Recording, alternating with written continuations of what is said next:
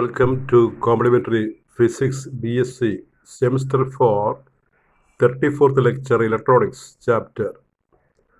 Today we take problems of half-wave rectifier. Half-wave rectifier problems, Semester 4, class number 34, BSc Complementary Physics.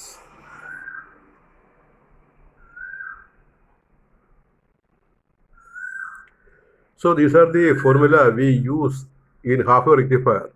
Problem, the formula we use, they are written here. IDC is Im by pi, IRMS is Im by 2, and Im is the maximum current, Vm by R plus RL, and Vi we write as Vm sin omega t or Vm sin theta.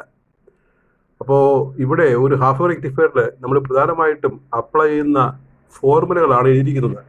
IDC Im by pi, IRMS Im by 2, Im maximum current Vm by R plus RL, maximum current maximum voltage by total resistance ആണ്. പിന്നെ Vi is Vm sin theta. പിന്നെ പവറിൻ്റെ equation ഉണ്ട്, power ഈറ്റ PdC by PSC പോലുള്ള equation ഉണ്ട്.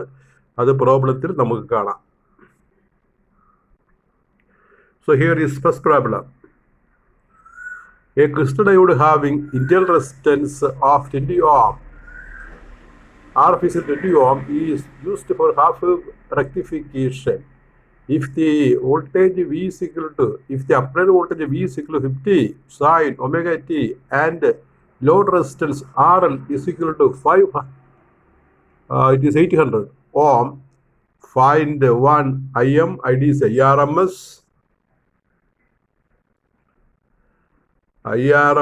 then number 2 AC power input and DC power output, number 3 DC output voltage, that is VDC, number 4 efficiency of rectification. So number of questions are there.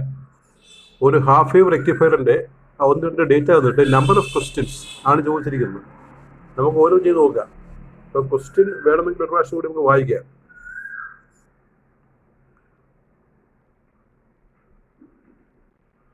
A crystal diode having internal resistance RF is 20 ohm is used. ഇപ്പോൾ RF 20 ആണെന്ന് ഓർക്കുക. For half wave rectification, if the applied voltage V is equal to V 50 sin omega t, Vm, ഇപ്പോൾ Vm 50 ആണ്, sin omega t, find and load resistance RL is 800 ohm, find one Im, IDC, IRMS. അത് മൂന്ന് bill അവിടെ ഉണ്ട് ആ ചോദ്യത്തിനകത്ത്. പിന്നെ ഉള്ള ചോദ്യങ്ങൾ നമ്പർ 2 ആയിട്ട് കൊടുത്തിരിക്കുന്നത് AC power input and DC power output, number 3 DC output voltage, number 4 efficiency of rectification. Number of questions, so we can see 1 by 1. Im question mark, Im is Vm by R plus RL, given Vm sin theta equal to 50 sin omega t. Compare this to, ഇവ രണ്ട് compare ചെയ്യുക. ഇപ്പോൾ VIക്ക് വരെ V വിചാരിക്കണം, Vmന് പകരം 50 വിചാരിക്കണം. So Vm is 50 volt, RF is 20 ohm, RL is 800 ohm. 800 ohm. Therefore, Im is equal to Vm by R plus RL. അവിടെ അതൊന്ന് കംപ്ലീറ്റ് ചെയ്യണേ. Vm by R plus R, 50 by 20 plus 800 വരും. താഴെ ആ 20 plus 800 വെട്ടിപ്പോയിരിക്കുകയും അത് മാഞ്ഞു പോയിരിക്കുകയെന്ന് എഴുതണേ. Im is 50 by 20 plus 800, കാരണം 20 ആണ് RF, RL 800 ആണ്. അപ്പോൾ താഴെ 50 by 20 plus 800 എന്ന് വരും, equal 50 by 820 equal to 0.061 ampere. അതിന് മില്ലി ആംപിയർ ആക്കാൻ നമ്മൾ 1000 കൊണ്ട് മൾട്ടിപ്ലൈ ചെയ്യണം. 61 milliampere, that is Im. അടുത്ത പാർട്ട് IDC ആണ്. IDC Im by pi ആണല്ലോ. That is 61 by 3.14 MA equal to 19.4 MA. You do with the calculator, calculations you do yourself. IRMS is Im by 2, 61 by 2 equal to 30.5 MA. അതാണ് first set answers. ഇനി second set, AC power input PAC is IRMS square into R plus RL. IRMS we have seen 30.5 into 10 raised to minus 3 ampere. When we say in ampere, we obtained IRMS is 30.5 mA. When we convert into ampere, IRMS equal to 30.5 into 10 raised to 3 ampere. So PSC is equal to power കാണുമ്പോൾ നമ്മളെപ്പോഴും ampere ആക്കണം, അല്ലെങ്കിൽ ഒരു unit confusion വരും. Ampere volt ആ ഒരു കണക്കാണല്ലോ, what അങ്ങനെയാണ് അതിൻ്റെ കണക്ക്. പിന്നെ വോൾട്ട് മില്ലി ആംബിയർ പറയുമ്പോൾ കിലോ ഓം പറയേണ്ടി വരും. PSC is equal to IRMS square 30.5 into 10 raised to minus 3 square into R plus RL total resistance 20 plus 800 equal to 0.0305 square into 820. മൂന്ന് പ്ലേസ് മാറ്റിയതാണ് കേട്ടോ, 0.0305 എന്ന് പറയുന്നത്. അപ്പോൾ അത് നമുക്ക് കിട്ടുന്നത് 0.763 what. W means what, capital W എഴുതണം, what. DC per output PDC is IDC square into RL. IDC we have seen 0.0194 ampere. Therefore PDC is equal to 0.0194 square into 800. അപ്പോൾ അത് കാണാനായിട്ട് നമ്മൾ RL മാത്രം എടുത്താൽ മതി, കാരണം IDC സ്ക്വയർ ഇൻറ്റു RL എന്നാണ്. AC കാണുമ്പോഴാണ് ടോട്ടൽ റെസിസ്റ്റൻസ് 820 വരുന്നത്, ഇവിടെ 800 മതി. അപ്പോൾ അത് നമുക്ക് കിട്ടുന്നത് 0.301 വാട്ട്.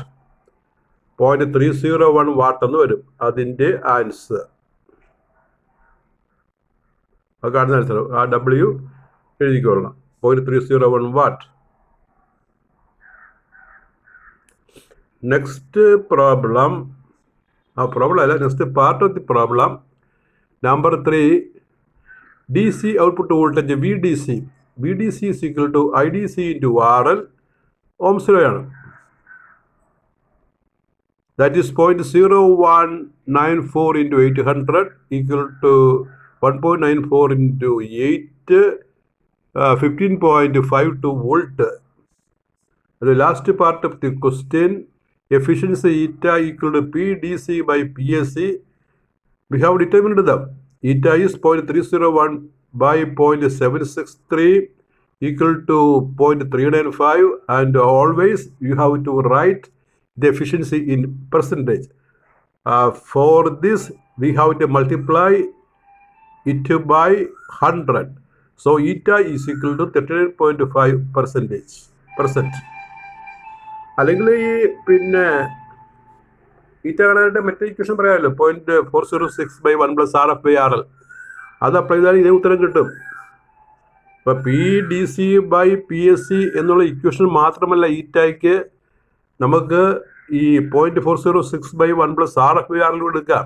അപ്പോൾ 0.406 by 1 plus 20 by 800 equal to 0.406 by 1.025 equal to 0.395 equal to 39.5%. അപ്പോൾ ഇവിടെ ഒരു ചെറിയ ഡൗട്ട് വരാം. ഡൗട്ട് ഇടാണ്ട് കാര്യമില്ല, എങ്കിലും ഞാൻ ചോദിക്കുകയാണ്, ഈ മാക്സിമം എഫിഷ്യൻസി ഹാഫ് വേവ് റെക്ടിഫയറിന് 40.6% ആണല്ലോ, അല്ലെങ്കിൽ 0.406 ആണല്ലോ. എന്തുകൊണ്ട് ആ വാല്യൂ ഇവിടെ കിട്ടിയില്ല, പകരം നമുക്ക് 39.5 കിട്ടി എന്നൊരു ചോദ്യം വരാം. ഹാഫ് വേവ് റെക്ടിഫയറിൻ്റെ മാക്സിമം എഫിഷ്യൻസി 40.6% ആണ്, പക്ഷേ ഇവിടെ നമുക്ക് 39.5% ആണ് കിട്ടിയത്. എന്തുകൊണ്ടാണ് കുറഞ്ഞു പോയത്, മാക്സിമം കിട്ടാത്തത്? അതിൽ ഉത്തരത്തിലുള്ള ഇവിടെ 20 ഓം ഉണ്ട്, RF 20 ഉണ്ട്. RF നെഗ്ലിജിബിളി സ്മോൾ ആണെങ്കിൽ, RF നിയർലി 0 ആണെങ്കിലാണ് നമുക്ക് മാക്സിമം കിട്ടുള്ളൂ, അല്ലെങ്കിൽ ഇതുപോലുള്ള വാല്യൂവിൽ കുറവുണ്ടാകും. അതാണ് answer.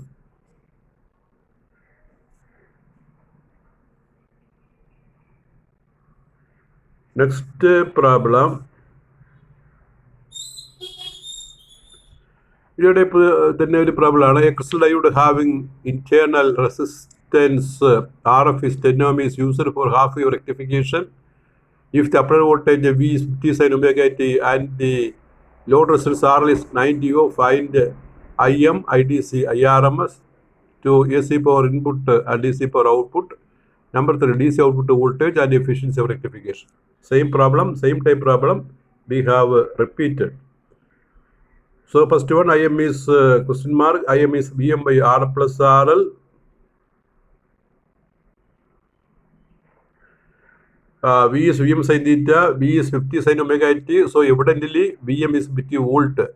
Im is 50 by 10 plus 90, 50 by 100 equal to 0.5 ampere. IDC equal to Im by pi equal to 0.5 by 3.14 equal to 0.1592 ampere. Need not convert into milliampere. IRMS is Im by 2 equal to 0.5 by 2.25 ampere.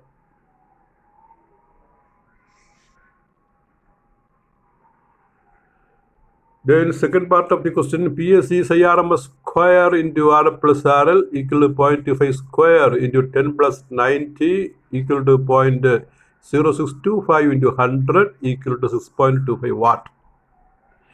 PDC equal to IDC square into RL equal to 0.1592 square into 90 equal to 2.281 watt. Number 3, VDC is equal to IDC to RL 0.1592 into 90 equal to 14.328 volt. Next answer, number 4, eta is equal to PDC by PSC. PDC by PSC equal to 2.281 by 6.25 equal to 0.36496 equal to 13.496%. സംഖ്യ percentage ഒക്കെ അറിയാമല്ലോ, 100 കൊണ്ട് വിളിക്കുക. എപ്പോഴും efficiency percentage പറയണം.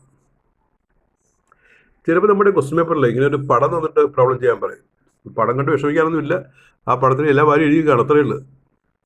ആ മുമ്പത്തെ problem തന്നെ ഒരു ചിത്രം സഹിതം ക്വസ്റ്റ്യൻ പേപ്പർ കാണാം. ക്വസ്റ്റ്യൻ പേപ്പറിൽ ചിത്രം കാണുമ്പോൾ ചിലർ വിചാരിക്കുന്നത് പ്രയാസമുള്ളതാണ്. സെയിം പ്രോബ്ലം ആയിരിക്കും, ആ വാല്യൂ മിക്കവാറും ചിത്രത്തിലായിരിക്കും എഴുതുന്നത്. In the unfiltered SW rectifier, അൺഫിൽറ്റേർഡ് എന്ന് പറഞ്ഞാൽ ഈ ഫിൽറ്റർ നിങ്ങൾ പഠിക്കുന്നില്ലല്ലോ. ഈ റെക്ടിഫയറിൻ്റെ കൂടെ ഈ റെക്ടിഫയറിലെ ഒരു പൾസേറ്റിംഗ് ഔട്ട്പുട്ടാണ്, ഇങ്ങനെ മാറിക്കൊണ്ടിരിക്കുന്ന ഔട്ട്പുട്ടാണ്. അപ്പോൾ അത് നമുക്ക് നേരെയാക്കി എടുക്കാനായിട്ടൊരു ഫിൽറ്റർ നമ്മുടെ സർക്യൂട്ട് ഉണ്ട്, അത് കൊടുക്കും. അത്ര ഫിൽറ്റർ ഇവിടെ ഇല്ലെന്ന് പറയാൻ, ഫിൽറ്റർ നമ്മൾ ഉപയോഗിച്ചിട്ടില്ല. അതുകൊണ്ടാണ് അൺഫിൽറ്റേർഡ് SW റെക്ടിഫയർ എന്ന് പറയുന്നത്. റെക്ടിഫയറിൻ്റെ കൂടെ ഫിൽറ്റർ ഉപയോഗിക്കുന്ന ഒരു രീതിയുണ്ട്. എന്തിനാണ് എന്ന് ചോദിച്ചാൽ ആ ACS, ആ DC, നമുക്ക് കിട്ടുന്ന DC പൾസേറ്റിംഗ് DC സ്മൂത്തൻ ചെയ്യാനാണ്. അതിവിടെ ഇല്ല, ഈ പ്രോബ്ലത്തിന് അതിൻ്റെ ആവശ്യമില്ല. In the unfiltered SW rectifier given below calculate IM, IDC and VDC. അപ്പോൾ പടം നോക്കിയോ, ഒന്ന് കെയർഫുള്ളായിട്ട് നോക്കുക. അവിടെ ഒരു സ്റ്റെപ്പ് ഡൗൺ ട്രാൻസ്ഫോർമർ 20:1 ആണ്. സെക്കൻഡറി ടേഴ്സ് 1 ആണെങ്കിൽ പ്രൈമറി ടേഴ്സ് 20 എന്നുള്ള ഓർഡറിലാണ്. 240 വോൾട്ടാണ് ഇൻസിഡൻറ്റ് വോൾട്ടേജ് ആയിട്ട് വരുന്നത്. 50 ഹെർട്സ് ഫ്രീക്വൻസിയാണ്. പിന്നെ അവിടെ 1K ആണ് RL കേട്ടോ, 1K RL 1K ആണ്. അവിടെ നമുക്ക് VDC കിട്ടും, കറണ്ട് ഒഴുകും, IDC വോൾട്ടേജ് VDC ഉണ്ടാകും, ഒറ്റ ഡയോഡ്. അപ്പോൾ ഇതൊരു ഹാഫ് വേവ് റെക്ടിഫയർ ആണെന്ന് മനസ്സിലായിരുന്നു നമുക്ക്. അപ്പോൾ ഈ ട്രാൻസ്ഫോർമറിൽ നിന്ന് സ്റ്റെപ്പ് ഡൗൺ ചെയ്ത് വരുന്ന വോൾട്ടേജ് ആണ് ഈ ഡയോഡിൻ്റെ റെക്ടിഫയറിൻ്റെ ഇൻപുട്ട് വോൾട്ടേജ്. അത് അധികമാണ്. ട്രാൻസ്ഫോർമറിൽ നിന്ന് സ്റ്റെപ്പ് ഡൗൺ ചെയ്ത് വരുന്ന വോൾട്ടേജ് ആണ് ഡയോഡിൻ്റെ, നമ്മുടെ half wave rectifier input voltage. ഒരു transformer we know V2 by V1 is N2 by N1, that is V2 by supply voltage 240 1/20, കാരണം ഇത് സ്റ്റെപ്പ് ഡൗൺ ആയിരിക്കും, എപ്പോഴും N2 ടെൻസ് കുറവായിരിക്കും. ഇതിൽ V2 ഈസ് ഈക്വൽ 12 വോൾട്ട് എന്ന് കിട്ടും. അതിൽ സിംപ്ലിഫൈ ചെയ്യുമ്പോൾ this is the input voltage rectifier. ട്രാൻസ്ഫോർമറിൻ്റെ ഔട്ട്പുട്ട് വോൾട്ടേജ് ആണ് റെക്ടിഫയറിൻ്റെ input voltage. That you remember.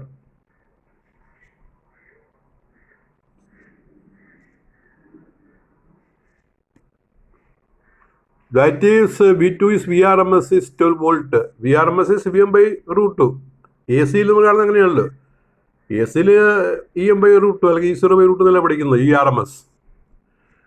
അപ്പോൾ VM is equal to cross multiply ചെയ്യുമ്പോൾ VM is equal VRMS into root 2. ഈ തരുന്ന വോൾട്ടേജ് എപ്പോഴും RMS വോൾട്ടേജ് ആണ്. അപ്പോൾ RMS വോൾട്ടേജിൽ നിന്ന് മാക്സിമം വോൾട്ടേജ് കണ്ടുപിടിക്കണം.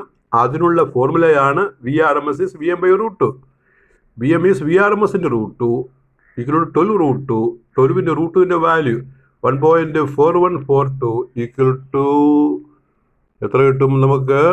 16.97 വോൾട്ട്.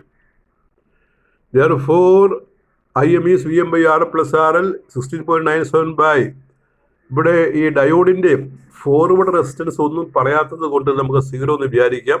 RL1K ആണ്. RL1K പടം നോക്കുക. ഈ റെക്ടിഫയറിൻ്റെ ഡയോഡിൻ്റെ ഫോർവേഡ് റെസിസ്റ്റൻസ് ഒന്നും പറയാത്തത് കൊണ്ട് അത് 0 വിചാരിച്ചിട്ട് അവിടെ 0 കൊടുക്കണം. RL1K പടത്തിലുണ്ട്.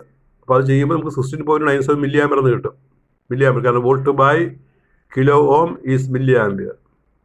IDCയുടെ ഫോർമുല അറിയാമല്ലോ. IM/π half റെക്ടിഫിക്കേഷനിൽ 16.97/3.14 5.4 milli ampere.